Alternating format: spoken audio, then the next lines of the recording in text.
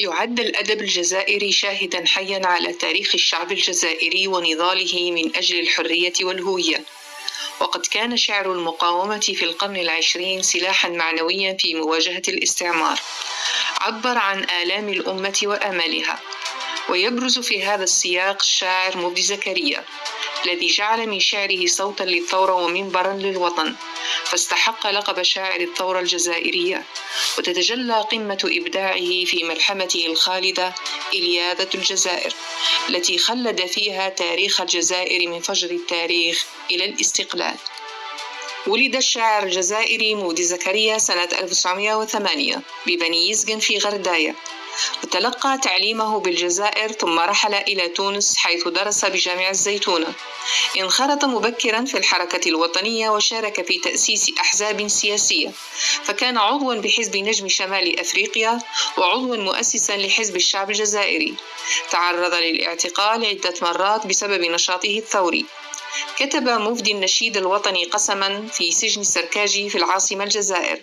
كرس حياته وشعره لخدمة القضية الجزائرية، فكان شاعراً ومناضلاً وسفيراً لوطنه في المحافل العربية. كتب العديد من القصائد فكانت كلها تعبيراً عن آلام وآمال الجزائريين، منها ظلال الزيتون واللهب المقدس ومن وحي الأطلس. حصل مفدي على العديد من الجوائز والأوسمة في وطنه وفي المغرب العربي. توفي سنة 1977 بتونس ودفن في مسقط رأسه بالجزائر. كتب مفدي زكريا لإلياذة استجابة لاقتراح المفكر الجزائري مولود قاسم نايت بالقاسم لتكون ملحمة شاملة تروي تاريخ الجزائر عبر العصور.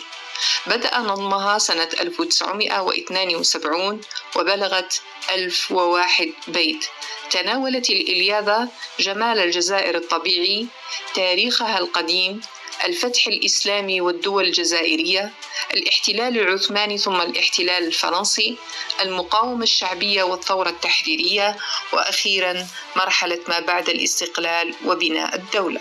تميزت الإلياذة بجملة من الخصائص الفنية، منها الطابع الملحمي البطولي، اللغة الفصحى، الصور البيانية والرموز التاريخية والدينية، الوحدة الموضوعية، وتمجيد الوطن والحرية. أما عن قيمتها أدبياً، تعد من أعظم الملاحم الشعرية في الأدب العربي الحديث. فكرياً تعد وثيقة شعرية للذاكرة الوطنية وترسيخاً للهوية الجزائرية وقيم التحرر والكرامة. ليست إلياذة الجزائر مجرد قصيدة، بل سفر شعري يوثق تاريخ أمة ويؤكد أن الشعر يمكن أن يكون ذاكرة شعب وسلاح مقاومة.